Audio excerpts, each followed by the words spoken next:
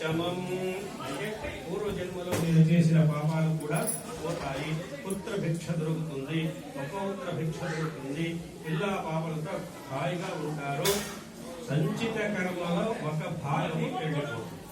షష్టం అంటే ఆరోది రుణ రోగ శత్రుత్వం కూడా తొలగిపోతుంది. సప్తమం ఎవరికి పెళ్లి కాలేదో వారికి పెళ్లి అనుగ్రహం అవుతుంది. ఎవరికి వ్యాపారం చేస్తుంటారో వారికి లాభ నష్టాలు ఉందంటే వారి నష్టం పోయి లాభాలు కొనుగోలు చేస్తారు. అష్టమం వారికి మాంగళ్య భాగ్యము దొరుకుతుంది. ఆకస్మికంగా అపమృత్యు యోగం ఉంటే కూడా అది వెళ్ళిపోతుంది. తర్వాత నవమం భాగ్యమం అంటే వాడికి దేవుడి వల్ల ఏ భాగ్యము కర్మం కొద్ది ఇవ్వాలో అది మాత్రమే ఇస్తాడు, భాగ్యం దొరుకుతుంది.